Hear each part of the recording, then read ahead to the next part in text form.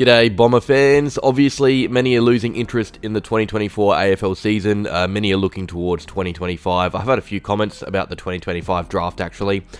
So I'm going to help you guys who are keen on the future and show everyone how our father, son and academy boys are doing. Not just for next year, but the year after. So here is a little update. It obviously comes after news of a potential rule change with the NGA bidding system. This time next month, the rule change could be made official, which would give us access to NGA players in the same way that we currently have access to father-sons, which would obviously benefit us greatly. So keep that in mind when I talk about some of these guys. Also, I'm going to be pretty blunt in assessing some of these players. This is not me just trying to pick on young guys who I don't think are good enough to play AFL. It's just me trying to be as clear as possible so you lot can understand just who we should be focusing on in these months leading up to the draft. Let's get into it. Alright, starting with the father-sons, Noah Caracella is the son of Blake Caracella, who also happens to be our VFL coach.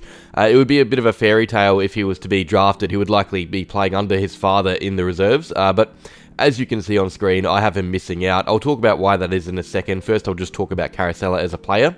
He's an outside player. He started off as a high half-forward flanker or wingman, depending on the style of game.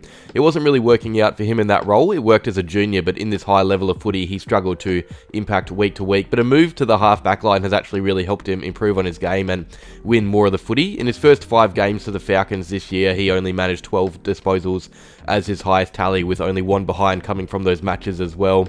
Since his move down back, he's been really prominent in games. 22 touches and a goal against the Bush Rangers. He had 20 touches and 5 rebounds against Oakley, 17 and 6 marks against Gippsland.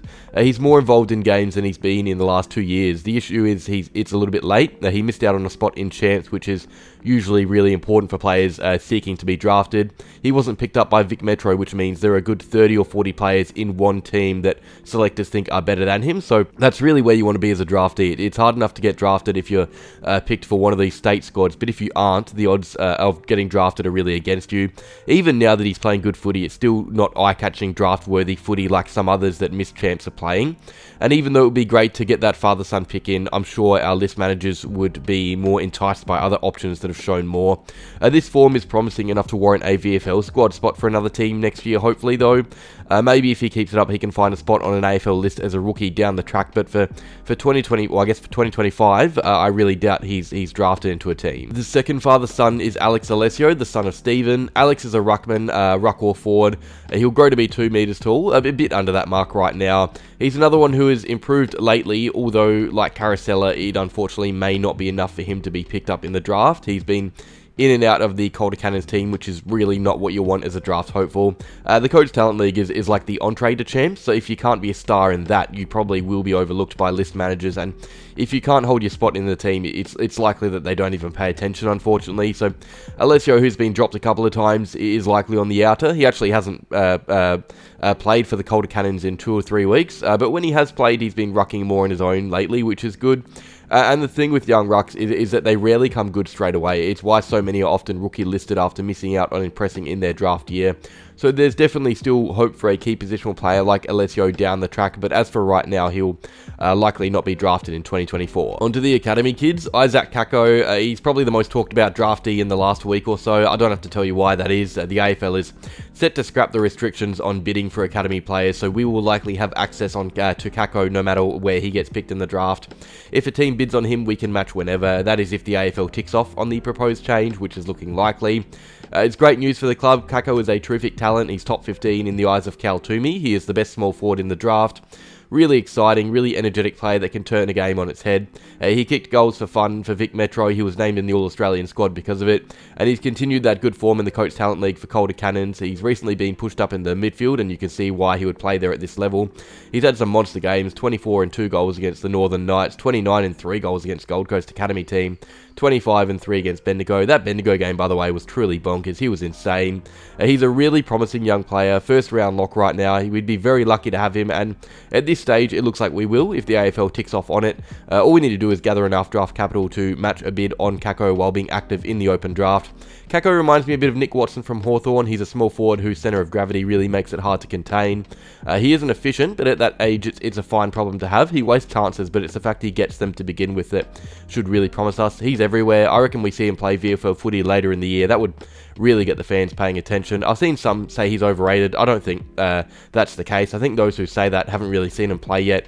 He isn't Harley Reid or a top 10 talent, but he's a very talented footballer and the type of footballer that we need right now. We've been calling out for a player like this for a while now, so I'm very keen to see him in the red and black if that eventuates. Alright, Khalil Kaakour. Now, he is a part of our academy. He plays at the Quarter Cannons with Alessio, Kako, and other academy boys.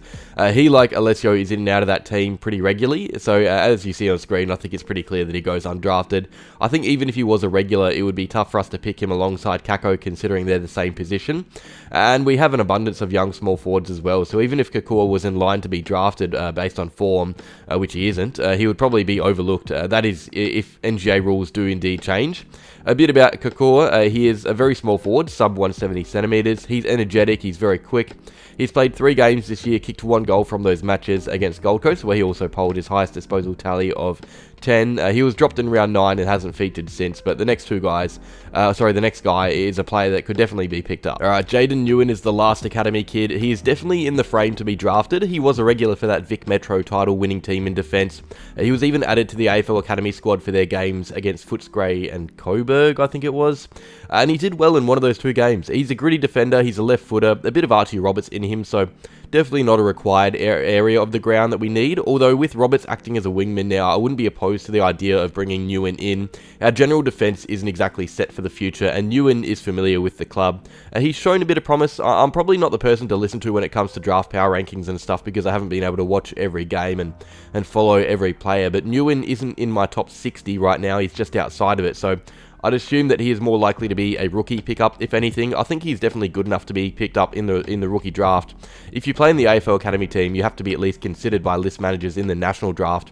And the draft is a bit splotchy for general defenders. You've got Toby Travaglia, who's at head and shoulders above the rest, and then you've got guys like Angus Clark and Harrison Oliver. But down the lower end, it's harder to say, which is why we could easily match a late bid for Nguyen or pick him up in the rookie draft if needed. But yeah, Nguyen is a late or rookie hopeful, I'd say. It's tough to know what his best is. Last year, he had a massive 35 disposal game. This year, he's been the definition of consistency. He hasn't dropped below 14 touches, hasn't gone above 24. He just goes out each week and plays solid footy. There may be better options than him in the open draft. As I said, rookie could be more likely. Alright, looking towards the 2025 draft, because I've had a few comments about it. Unfortunately, for a few years, our father-son stocks are pretty low. There is a promising Buick boy coming through the ranks, but that is not anytime soon.